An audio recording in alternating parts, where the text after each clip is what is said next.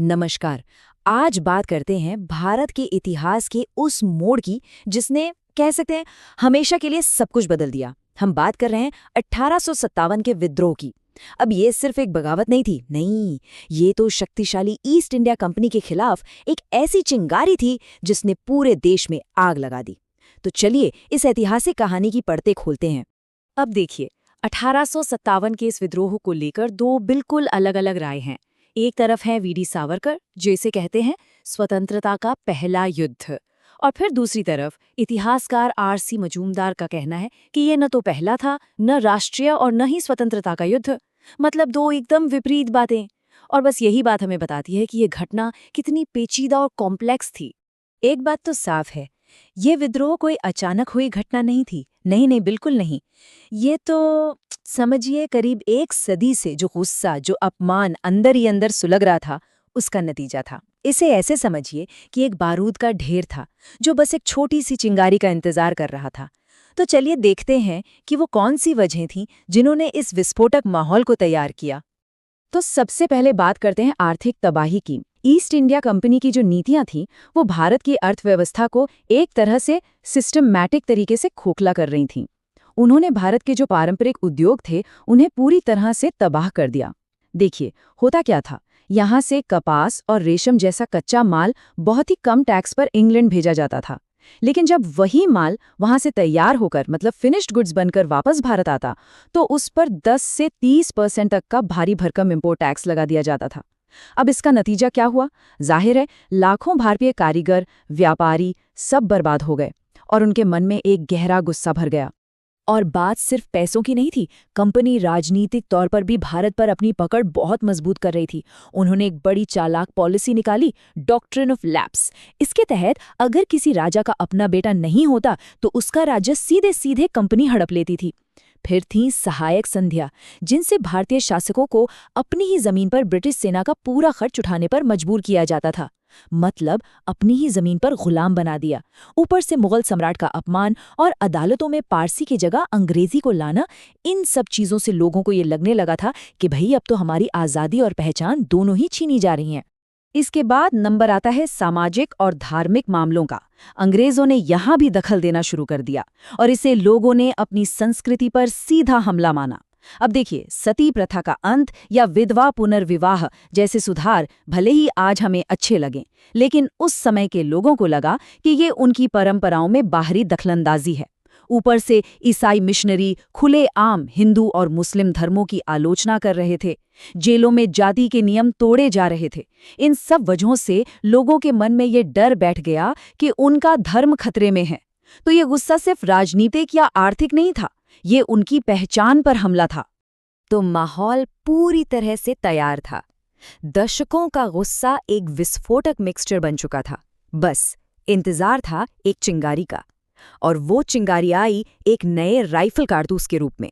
हाँ, एक छोटी सी चीज जिसने पूरे उत्तर भारत में बगावत की आग लगा दी।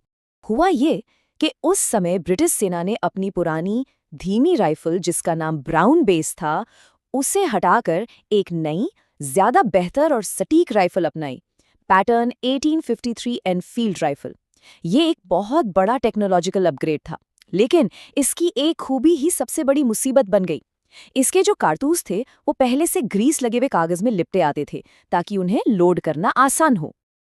और यहीं से वो अफवाह फैली जिसने सचमुच आग में घी डाल दिया। सैनिकों के बीच ये खबर जंगल की आग की तरह फैली कि नए कारतूसों पर जो ग्रीस लगा है वो गाय और सुअर की चर्बी से बना है।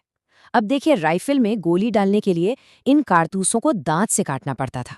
सोचिए जरा, हिंदू सैनिकों के लिए गाय पवित्र है और मुस्लिम सैनिकों के लिए सुअर हराम। तो ये उनके लिए एक ऐसा अपमान था जिसे बर्दाश्त नहीं किया जा सकता था। ये उनके धर्म पर सीधा सीधा हमला था। तो बस ये चिंगारी अब लग चुकी थी, और ये एक अकेली घटना बनकर नहीं रही। इस एक चिंगारी ने बहुत ही जल्द पूरे उत्तर भारत में एक भयंकर आग का रूप ले लिया। तो चलिए अब देखते हैं कि कैसे ये विद्रोह एक छावनी से निकलकर एक बहुत बड़े संग्राम में तब्दील हो गया। इसके बाद तो घटनाएं बिजली की रफ्तार से हुईं। 29 मार्च बैरकपुर मंगल पांडे ने बगावत की पहली आवाज उठाई। 8 अप्रैल को उन्हें फांसी दे दी गई। लेकिन अंग्रेजों को लगा कि ये मामला दब जाएगा, पर हुआ इसका ठीक उल्टा। इस शहादत ने आग को और भड़का दिया। फिर आया मेरठ। 85 सैनिकों ने कारतूस इस्तेमाल करने से साफ इनकार कर दिया। अगले ही दिन 10 मई को उनके साथियों ने जेल पर धावा बोला, उन्हें आज़ाद कराया और बगावत का बिगुल फूंक दिया। और महज 2 दिन के अंदर ये विद्रोही दिल्ली पहुंच गए और शहर पर कब्जा कर लिया। अब दिल्ली पहुंचकर विद्रोहियों ने एक ऐसा कदम उठाया जो सिंबॉलिकली बहुत पावरफुल था। उन्होंने बूढ़े हो चुके आखिरी मुगल बादशाह बहादुर शाह जफर को शहंशाह हिंदुस्तान यानी हिंदुस्तान का सम्राट घोषित कर दिया। हाँ, ये सच है कि जफर खुद लीड करने की हालत में नहीं थे और असली कमान तो जनरल बख्त खान के हाथों में थी। लेकिन मुगल बादशाह के नाम ने इस अलग अलग जगहों पर हो रही बगावत को एक पहचान दे दी, एक सेंटर दे दिया। और ये विद्रोह किसी एक इंसान का नहीं था। नहीं, देश के कोने कोने से कई बड़े बड़े लीडर्स सामने आए जिन्होंने अपने अपने इलाकों में अंग्रेजों के खिलाफ इस लड़ाई की कमान संभाली। इस बगावत की एक सबसे बड़ी ताकत थी इसका डाइवर्स लीडरशिप। सोचिए, झांसी में थी रानी लक्ष्मीबाई, एक ऐसी वीरांगना जो अपनी मातृभूमि के लिए लड़ रही थी। कानपुर में नाना साहब ने मोर्चा संभाला जब अंग्रेजों ने उनकी पेंशन रोक दी। लखनऊ में बेगम हजरत महल ने अपने बेटे के नाम पर हुकूमत की। और बिहार में तो 80 साल के जमींदार कुंवर सिंह ने ऐसा कमाल का मिलिट्री टैलेंट दिखाया कि वो अंग्रेजों के लिए एक बहुत बड़ा सिरदर्द बन गए। रानी लक्ष्मीबाई की बहादुरी का आलम तो ये था कि उनके दुश्मन भी उनकी तारीफ करने पर मजबूर हो गए। जिस ब्रिटिश जनरल ह्यू रोज ने उन्हें हराया था, उसी ने कहा था कि सभी विद्रोहियों में वो सबसे बहादुर और सबसे खतरनाक थीं। अब दुश्मन से मिली ऐसी तारीफ उनकी लीडरशिप का सबसे बड़ा सबूत है। 50,000 रुपये। सोचिए, आज से लगभग 1700 साल पहले ये कितनी बड़ी रकम रही होगी। इतना बड़ा इनाम अंग्रेजों ने रखा था फैजाबाद के मौलवी अहमदुल्ला के सर पर। इसी से अंदाजा लगाया जा सकता है कि अंग्रेज उन्हें कितना बड़ा खतरा मानते थे। वो हिंदू मुस्लिम एकता की एक मजबूत मिसाल थे और लोग उन्हें प्यार से डंका शाह कहते थे, क्योंकि वो जहां भी जाते उनके आगे आगे ढोल बजता था। लेकिन इतनी कामयाबियों के बावजूद आखिर में इस विद्रोह को कुचल दिया गया। पर इसकी हार ने भी भारत के भविष्य पर एक बहुत ही गहरा और लंबा असर डाला। तो चलिए अब इसके नतीजों पर एक नज़र डालते हैं। तो सवाल ये उठता है कि इतनी बहादुरी के बाद भी ये विद्रोह आखिर फेल क्यों हुआ? इसकी कई वजहें थीं। सबसे बड़ी कमी थी एक सेंट्रल लीडरशिप की। कोई एक कमांड नहीं था। हर कोई अपने इलाके के लिए लड़ रहा था, पर कोई एक नेशनल प्लान नहीं था। दूसरी तरफ अंग्रेजों के पास बेहतर हथियार तो थे ही, साथ में टेलीग्राफ जैसी मॉडर्न टेक्नोलॉजी भी थी, जिससे वो आपस में तेजी से कोऑर्डिनेट कर पा रहे थे। और शायद सबसे अहम बात, सिंधिया, होलकर और निजाम जैसी कई बड़ी रियासतों ने या तो अंग्रेजों का साथ दिया या फिर वो न्यूट्रल रहे। इससे विद्रोहियों को वो सपोर्ट नहीं मिला जिसकी उन्हें सख्त जरूरत थी। अंग्रेजों ने इस बगावत को बहुत ही बेरहमी से कुचला। दोनों तरफ से जबरदस्त हिंसा हुई।